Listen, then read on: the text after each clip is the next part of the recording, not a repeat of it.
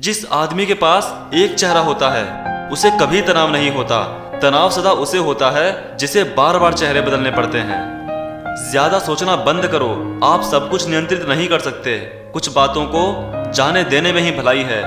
कहा जाता है स्त्री सबको पसंद है पर उसकी स्वतंत्रता किसी को पसंद नहीं है। अंदर चलने वाली सांसें तक तुम्हारी नहीं है तो फिर बाहर के दुख को अपना माने क्यों बैठे हो। जो तुम्हारे अंदर घिन पैदा करे उसे त्याग दो, फिर चाहे वो विचार हो, कर्म या इंसान। जो सबका मित्र होता है वो किसी का मित्र नहीं होता। बात कड़वी है मगर सच है। जीवन में एक ही असफलता है और वह है प्रयास ही ना करना। गलत प्रयास भी कभी ना कभी सफल हो जाता है, लेकिन प्रयास ही कोई ना करे तब तो सफलता का कोई उपाय नहीं है। परिवर्तन और वर्तमान, इन दो शब्दों पर ध्यान दीजिए। जीवन का सारा रहस्य इन दो शब्दों में छिपा है। जिस दिन आपने ये सोच लिया कि आपने ज्ञान पा लिया है, आपकी मृत्यु हो जाती है, क्योंकि अब ना कोई आश्चर्य होगा, ना कोई आनंद और ना कोई अचरज। अब आप एक मृत जीवन जिएंगे।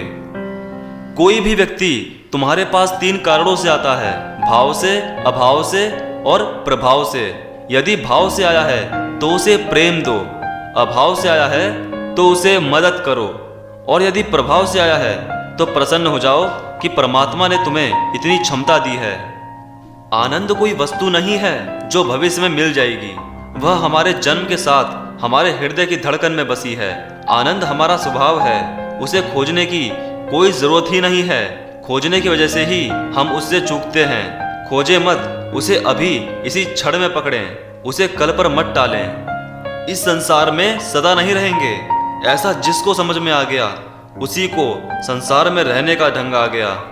सफाई देने में और स्पष्ट करने में अपना कीमती समय बर्बाद ना करें। लोग वही सुनते हैं जो सुनना चाहते हैं। मनोविज्ञान कहता है सोते समय जो व्यक्ति आपको याद आता है उससे आप या तो बहुत प्यार करते हैं या तो फिर बहुत नफरत।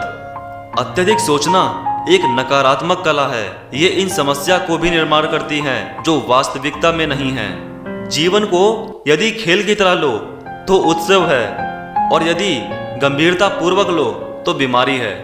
इस पृथ्वी पर ना कुछ खोने को है और ना पाने को। बस वर्तमान के पल से प्रेम कर लो, काफी है। कभी भी किसी के जीवन में इंटरफेयर ना करें और किसी को भी अपने जीवन में इंटरफेयर करने की अनुमति ना दें। अश्लीलता हमारी अपनी खोज है, ईश्वर की नहीं। अगर ईश्वर की होती तो वह हमें कपड़े पहनाकर पैदा करता। जय हिंद, वंदे मातरम।